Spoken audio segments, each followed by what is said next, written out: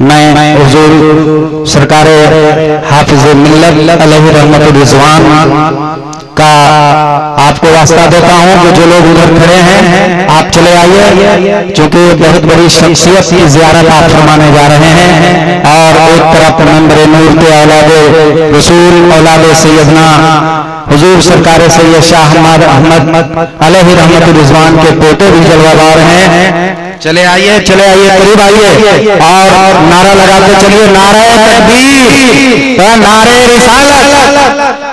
ماشاءاللہ۔ اے بھائی کہاں جا رہے ہیں؟ اصل وقت میں چلے جائیے گا تو کچھ نہیں پائیے گا، اس لیے جو لوگ موجود ہیں میں گزارش کروں گا کہ آپ تشریف لائیں اور حضرت کی معیارنی بیانات سے اپنے قلوب کو منور و مجلہ فرمائیں۔ نعرہ تکبیر، نعرہ رسالت، عظمت مصطفیٰ کانفرنس، پیر طریقت، تھوڑا زوردار، نعرہ تکبیر، نعرہ رسالت، فیضان حضور حافظ ملت، نعرہ تکبیر، نعرہ رسالت۔ السلام علیکم ورحمۃ اللہ وبرکاتہ۔ ارے بند کرو یار اس کو۔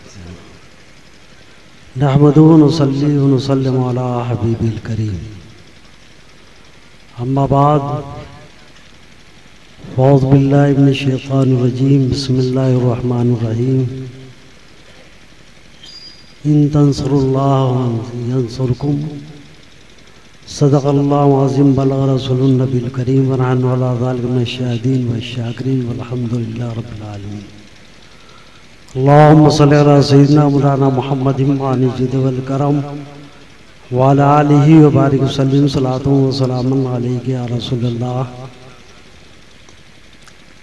نظر آتی ہے گلشن میں ہوا ناسازگار اپنی، گلے باغ خلیلی بھیج دے باد بہار اپنی۔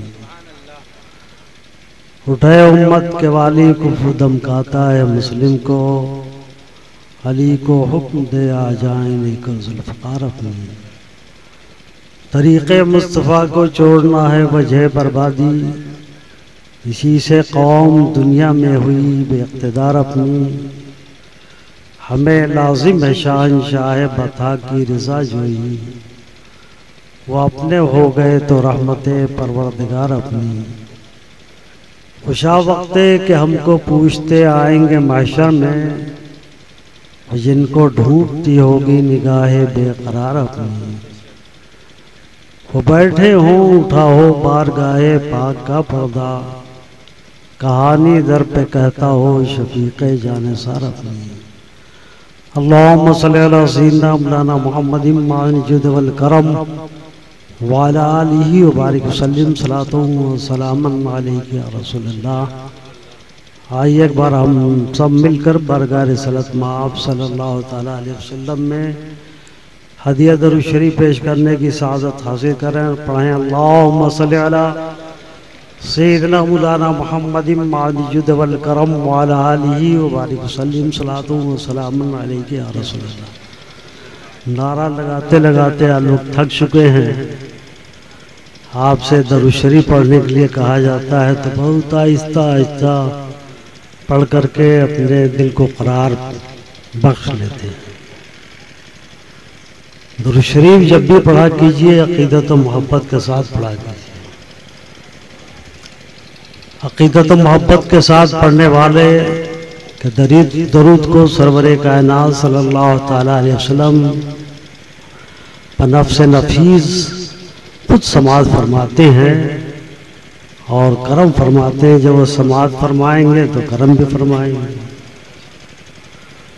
اور درود شریف کا فائدہ ابھی آپ نے بہت سی سنتوں کا فائدہ آپ نے دیکھا۔ حضرت مولانا روح الامین صاحب سائنس کے اسٹوڈنٹ رہ چکے ہیں۔ آج کی سائنس، چونکہ ہمارا مزاج یہ بن چکا ہے کہ سائنس جو کہے بڑی آسانی سے ہماری سمجھ میں آ جاتا ہے کہ یہ ہے، اور یہ ان کی کوشش ہے کہ سنت رسول کو سائنس کی روشنی میں آپ کے دل میں اتارنے کی وہ کوشش کرتے ہیں۔ اور ہمیں سنت رسول پر عمل کر کے اپنی زندگی کو تابناک بنانا ہے۔ دیکھو اللہ کے حبیب صلی اللہ تعالیٰ، ایک اپنے ذہن میں ایک بات رکھیے، سرور کائنات صلی اللہ تعالیٰ علیہ وسلم رحمت للعالمین ہے کہ نہیں؟ ارے بولو بھائی، ارے اب تو کچھ بولو میرے نوجوان بھائیوں۔ یہ طریقہ بیٹھنے کا نہیں ہے، یہ مجلس پاک ہے، یہ کوئی سیاسی جلسہ نہیں ہے، مودی کا جلسہ تھوڑی ہے۔ جیسے جاؤ ویسے بیٹھو، جیسے چاہو ویسے رہو، عقیدت و محبت کے ساتھ یہاں بیٹھو، اللہ اپنا فضل فرمائے گا۔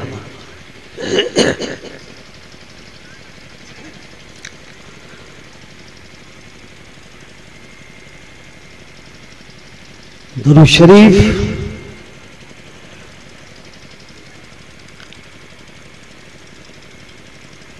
درود شریف کا فائدہ اللہ کے حبیب صلی اللہ تعالیٰ علیہ وسلم ارشاد فرماتے ہیں کہ جو مجھ پر ایک مرتبہ درود بھیجتا ہے، سنو مسلمان، عقیدت و محبت کے ساتھ ایک مرتبہ درود بھیجتا ہے، اللہ تبارک و تعالیٰ اس پر 10 مرتبہ درود بھیجتا ہے، اور صرف 10 مرتبہ درود ہی نہیں بھیجتا ہے، 10 گناہ بھی معاف فرماتا ہے، اور 10 درجے بلند فرماتا ہے۔ اب ان درجوں کی بلندی کتنی ہے یہ اللہ اور اس کے رسول ہی جانتے ہیں۔ اب آپ سوچو کہ کتنا فائدہ ہوا ایک مرتبہ درود شریف پڑھنے کا۔ عقیدت و محبت کے ساتھ پڑھنا چاہیے، ورنہ درود شریف کے سلسلے میں تو بڑی موٹی موٹی کتابیں بھی فضیلت میں لکھ ڈالی، کوئی کام نہیں آنا۔ کام محبت رسول کے ساتھ درود شریف پڑھو گے تو آئے گا، اس لیے کہ قرآن مجید میں بھی جو ارشاد فرمایا گیا، ان اللہ و ملائکتہ یصلون علی النبی، بے شک اللہ اور اس کے فرشتے درود بھیجتے ہیں نبی مکرم پر۔ اس کے بعد کس کو خطاب فرمایا گیا ہے؟ آیت کریمہ میں ہے نا، یا ایھا الذین آمنو، اے ایمان والو، ہر انسان کو نہیں فرمایا، یہ نہیں فرمایا کہ اے انسانوں تم بھی درود بھیجو،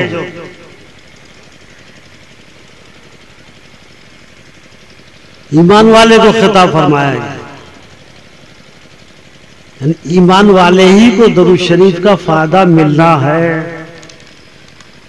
ابھی آپ حضرت مولانا روح الامین صاحب سے سماعت فرما رہے تھے کہ ایک یوگ کے سلسلے میں انہوں نے فرمایا تھا کہ الٹا کھڑا ہو جاتا ہے تو خون کا بہاؤ ہوتا ہے، ہر آدمی کو فائدہ نہیں پہنچتا ہے، سجدے میں جب جاتا ہے تو خون کا بہاؤ ان کا بھی ہوتا ہے نا، دماغ کی طرف، چہرے کی طرف۔ لیکن ایک قوم کو آپ نے دیکھا ہوگا کہ اتنی نماز پڑھتی ہے پھر بھی چہرے پہ رونق نہیں ہے۔ ارے بولو نا، اتنا بڑا گھٹا پڑ جاتا ہے، بدنما ہو جاتا ہے، جبکہ خون کے دوران، صرف خون کے دوران سے چہرے کو چمک جانا چاہیے۔ آپ سے زیادہ نماز پڑھتے ہیں، پڑھتے کہ نہیں پڑھتے؟ لیکن چہرے کا حال کیا ہے؟ ہوائیاں اڑتی ہیں۔ آپ عشق رسول میں، محبت رسول میں یہاں پر آئے ہوئے ہیں۔ آپ جب نماز پڑھتے ہو، تھوڑی ہی سی نماز پڑھتے ہو، لیکن آپ کے چہرے پر رونق معلوم ہوتی ہے۔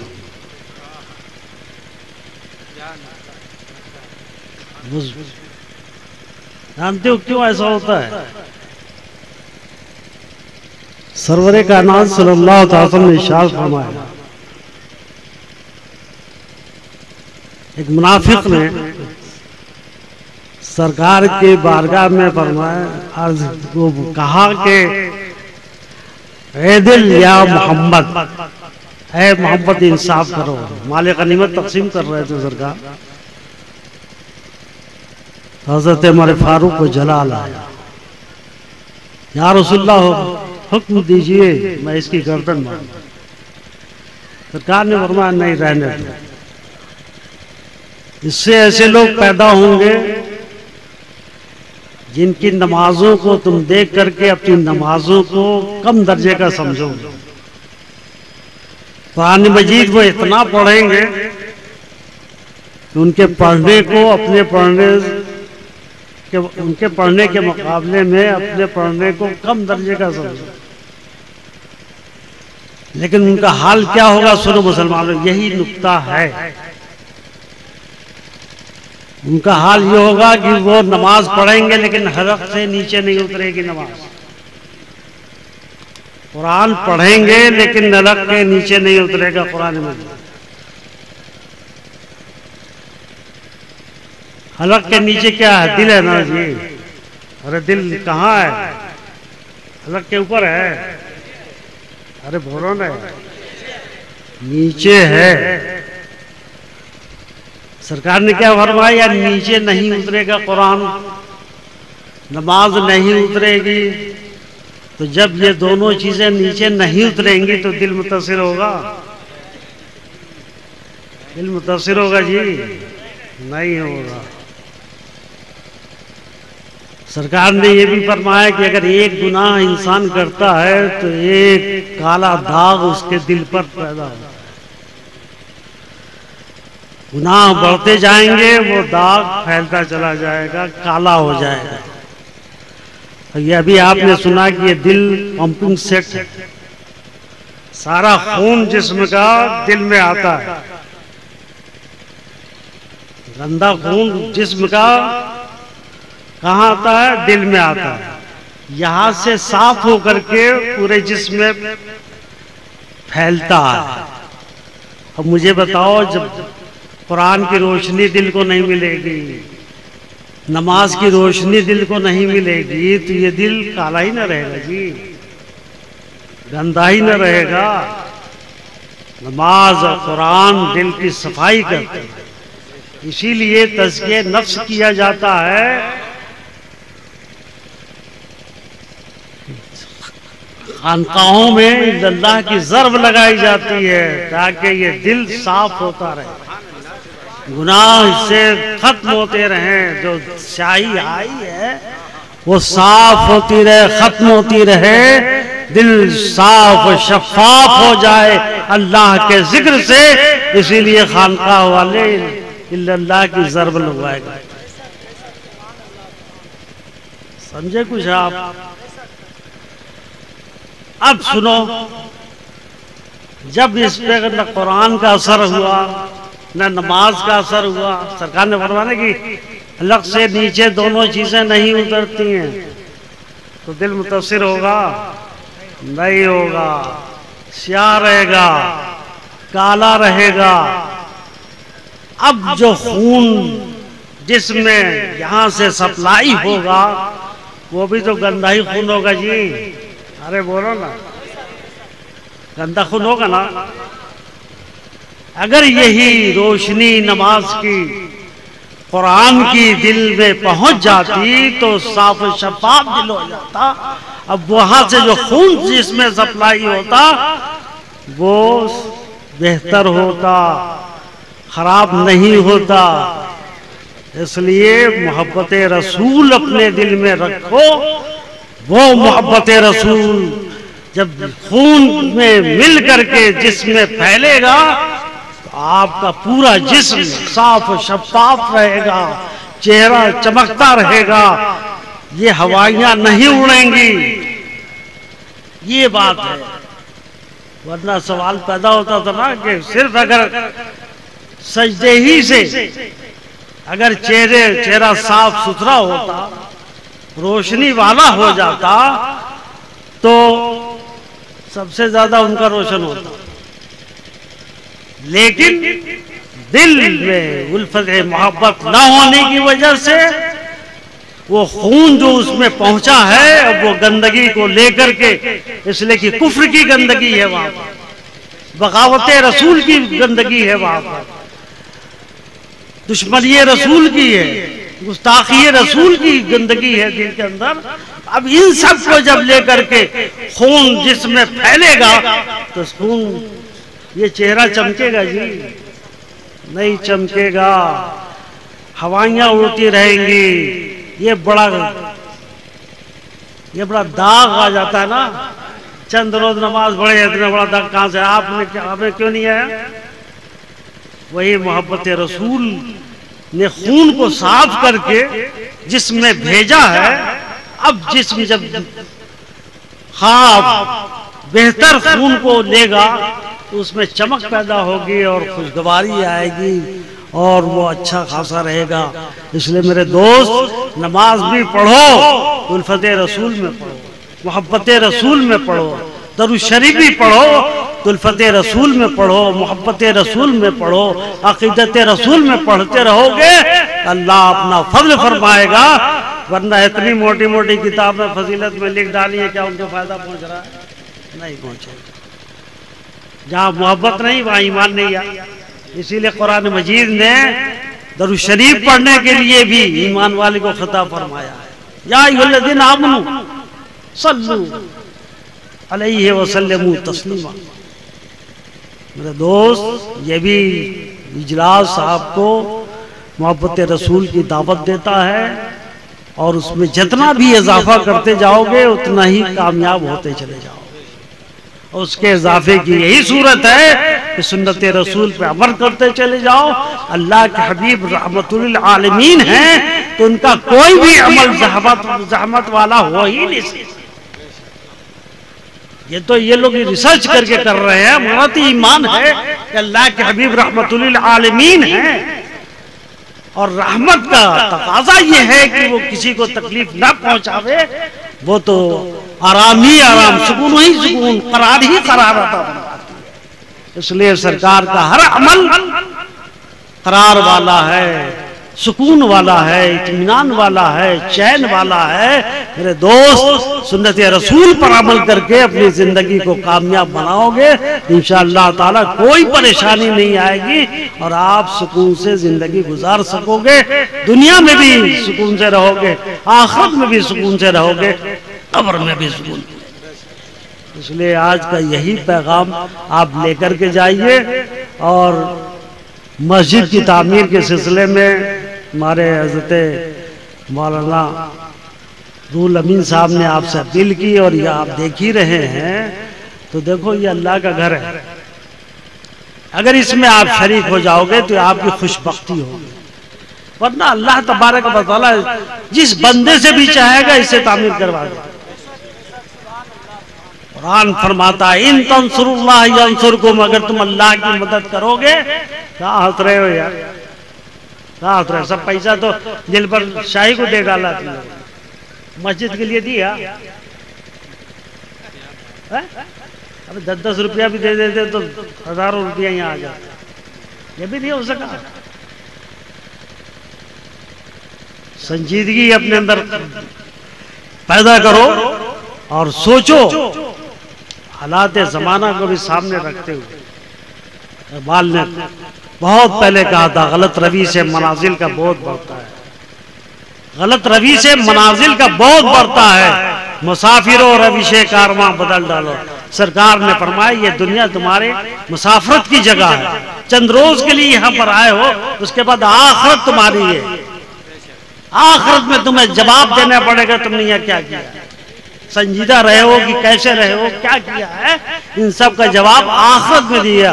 اور یہ اسلام کی خوبی ہے کہ اس نے آخرت کو ہمارا ایمان کا حصہ بنایا, ایمان میں داخل کیا ہے. کسی بھی مذہب نے آخرت کا تصور نہیں دیا ہے کہ آخرت میں بھی کچھ ہونے والا ہے. یہ اسلام ہے جو دنیا کے بعد کی زندگی کے بارے میں فرماتا ہے یہ تمہارا ایمان ہے, آخرت کا ایمان تمہیں رکھنا ہے, آخرت کی تیاری تمہیں کرنی ہے. سرکار فرماتے ہیں الدنیا مزرعۃ الآخرہ, دنیا آخرت کی کھیتی ہے. یہاں جیسا بو گے ویسا نہ کاٹو گے. جی وہاں پر یہاں تو بو جاؤ اور کہو امید رکھو کہ گیہوں میں کاٹوں گا, کہیں گے کہ پاگل ہو گیا ہے. ارے جاب ہو کر کے یہی دنیا میں کوئی کہے کہ گیہوں میں کاٹوں گا حضرت تو کوئی پاگل نہیں کہے گا اسے کہ پاگل ہے. اس لیے یہاں اچھا کام کرو آخرت بھی تمہاری اچھی رہے گی. اللہ تعالیٰ مجھے اور آپ تمام کو اس کی توفیق عطا فرمائے. تو میں عرض کر رہا تھا مسجد کے سلسلے میں مسجد کے لیے بھی کچھ حصہ دو. اللہ تعالیٰ فرماتا ہے ان تنصر اللہ ینصرکم، اگر تم اللہ کی مدد کرو گے اللہ تمہاری مدد فرمائے گا. اللہ بے نیاز ہے کہ کوئی اس کا بندہ اس کی مدد کرے، اس سے بے نیاز ہے. لیکن دین کی خدمت کو، یہ مدرسہ دین ہے، مرکز ہے دین کا، مسجد دین کا مرکز ہے، اس کی خدمت کرو گے تو اللہ تبارک و تعالیٰ کا یہ کرم ہے کہ وہ ان خدمات کو اپنی خدمت فرما رہا ہے.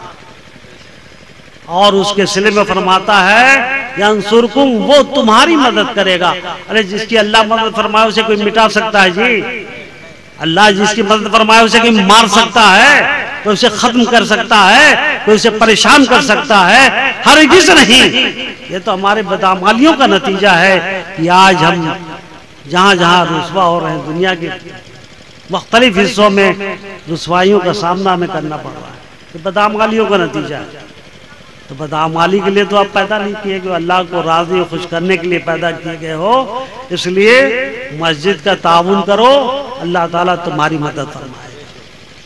جو بھی ہو سکے، ابھی نہیں، مسجد بنتی رہے گی، آپ حصہ لیتے رہیے. ارے آپ نہیں بنواؤ تو مودی بنوائیں گے یار. اب تو ایسا پلان آ رہا ہے کہ سب شاید کچھ اور نہ گڑبڑ سڑبڑ آ جائے. اس لیے ہمیں اپنے عبادت گاہوں کی حفاظت کرنی ہے. کیسے حفاظت کرو گے؟ اسے آباد کر کے، نمازیں پڑھ کر کے. جب تم جاؤ گے نماز پڑھو گے، کسی کی ہمت پڑے گی کچھ کرنے کی؟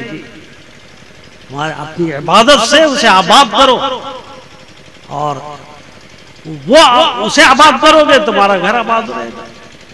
خود قرآن فرماتا ہے ینصرکم، اللہ تمہاری مدد فرمائے گا.